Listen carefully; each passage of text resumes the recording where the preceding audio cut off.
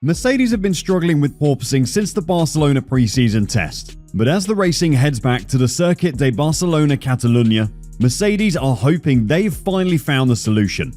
It's been the most uncomfortable 3 months of racing in Lewis Hamilton and George Russell's career, but it might finally be coming to an end. Do you want to know how Mercedes are going to fix their problems?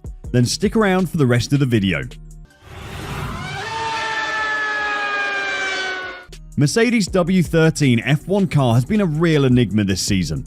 The car suffers worse from porpoising than any other car on the grid. It's so bad that Lewis Hamilton has described it as undrivable and ended up in an argument with Toto Wolff after he called out his team for designing a terrible car. The bouncing is so bad that George Russell has complained of back pains and chest pains after driving it for a whole weekend. Yet George is 4th in the driver's standings and Lewis is 6th. Best of the rest might not be up to Mercedes' standards of the last 8 years, but all things considered, it could be a lot worse. Imagine how much they would be complaining if they had to drive the Aston Martin car. That really would drive Lewis to retirement. Despite their relatively strong position in the Drivers' and Constructors' Championship, Mercedes aren't in F1 to compete, they're in it to win. With that in mind, the team is aiming to close the gap to the top 2 in Barcelona. How do they intend to do that? By fixing the porpoising problem that they've suffered all season. I use the word problem specifically when talking about Mercedes. For Ferrari, it isn't an issue. Sure, it isn't fun for the driver, but in the F1 75 it only starts at very high speeds, not in the corners like it does for Mercedes. Mercedes' problem with solving the bouncing is that they haven't been able to work out why it's happening to them. Fortunately for Toto Wolff and co, it seems like they're finally getting to the bottom of the problem. Or so they hope anyway. They won't be able to find out for sure until Barcelona free practice, when they can put their theories to the test. Thanks to all the data they've been able to compile so far this season, they finally think they have a direction to focus their upgrades in. Unfortunately for the team, it seems more and more likely that their adventurous no-pod side pod design might be to blame. The team have been preaching about the aerodynamic benefits of the design all season, and Toto Wolff has been insistent that the car is faster without side pods than with them. Unfortunately, one of the side effects of having no side pods is that you expose much more of the floor to the air traveling over the top of the car. This is a problem because of how sensitive the floors are in the current breed of car. Exposing them to air from above means there are additional forces being applied to the floor that they don't necessarily want. These forces may be causing the floor to flex or messing up the airflow as it's released from the floor. Whatever the effect of exposing the floor is, Mercedes think it might be the cause of their problems. As Mercedes boss Toto Wolff said in Miami, "If you walk through the grid, you can see that our floor edges stick out much wider than anybody else's. That gives it a different way, or much more scope of possible instability. I think that's where our concept varies.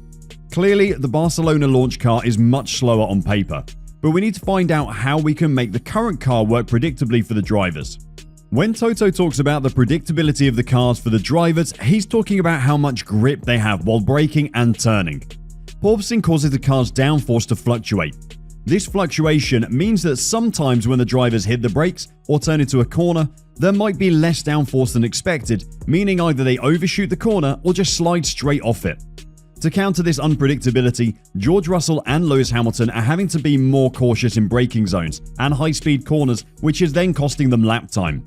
When this issue first appeared in pre-season testing, most of the grid was suffering from the problem. To help teams combat it, the FIA allowed them to install a single stay either side of the car to improve the stiffness of the floors. If you have a look at the stay on the W13 in comparison to other teams, it's much longer. Because Mercedes have no side pod to attach them to, they have to travel further.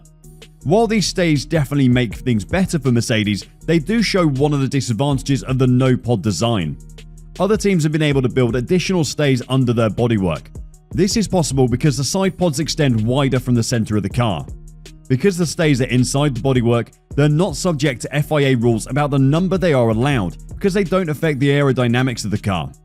Because Mercedes have no side pods to build additional stays into, their floor is likely to be flexing more than their rivals. What this means for Mercedes is that even if the no pod design isn't directly having a negative effect on the car, they are missing out on the option of including more stays to stop them floor from flexing. Toto Wolff might be right that the no-pod design is quicker on paper, but if the Silver Arrows can't make use of that speed because of the porpoising, then what use is it?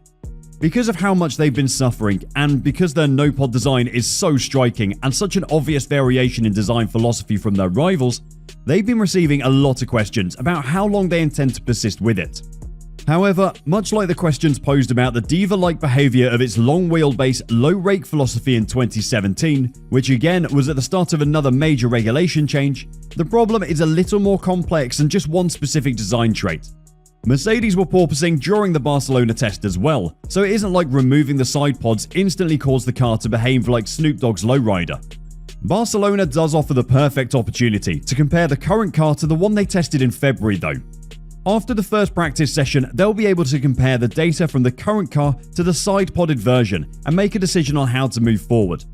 Considering how little progress the team has made so far, there have been questions about whether we could see them make the switch back to the old spec in Barcelona. Asked if they could rule out going back to the launch spec philosophy if Barcelona shows that's the way to go, Wolff said, "Well, I wouldn't discount anything, but we need to give all our people benefit of the doubt. They've produced great race cars in the past, and we believe that this is the route to go. Barcelona is definitely going to be a point in time where we are able to correlate with what we saw in February and gather more data. I'm also annoyed about saying the same thing about gathering data and making experiments, but it's physics and not mystics, and therefore you have to unpick the data."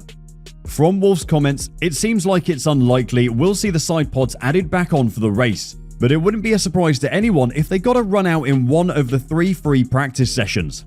In FP1, they could run one car with side pods and one without, then compare the data from the two.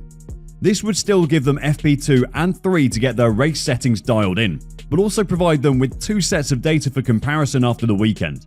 Or maybe they put side pods on both cars for FP1, then remove them again for FP2 and 3. It's hard to predict exactly what they'll do, but if we see a side-podded W13 at any point over the weekend, then expect the media to go mad. While Wolff hasn't committed to saying that the team will test both versions of the car in Barcelona, he has said that after Barcelona, they'll make a decision one way or another.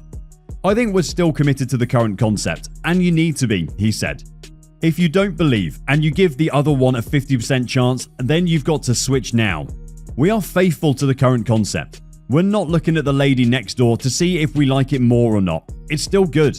As a matter of fact, we need to understand before you make a decision to switch to another concept. Where did one go wrong? And what is the goodness of the concept? And what is the badness of the concept? That is a question you can only respond to yourself. I would be asking ourselves to get an answer after Barcelona, because that's the real correlation we have. And by then, we'll look at ourselves in the mirror and say, did we get it wrong or not? It's never an easy thing to do, admitting that you made a mistake. It will hurt even more this time though. The team have been insistent up until now that the no-pod concept is faster than anything else we've seen on the grid. Lewis Hamilton has publicly stated that he does not like the car and has called out the team for not making any progress with it. If Wolff has to go back on himself and admit Lewis was right all along, it'll hurt his pride. It isn't often we see the big bad Wolff of F1 make a mistake. This might be a biggie, but if it will improve his team's season, then Wolff won't care one bit. What do you think Mercedes' strategy will be in Barcelona? Let us know in the comments section down below. Until we see you next time, drive safe and bye bye.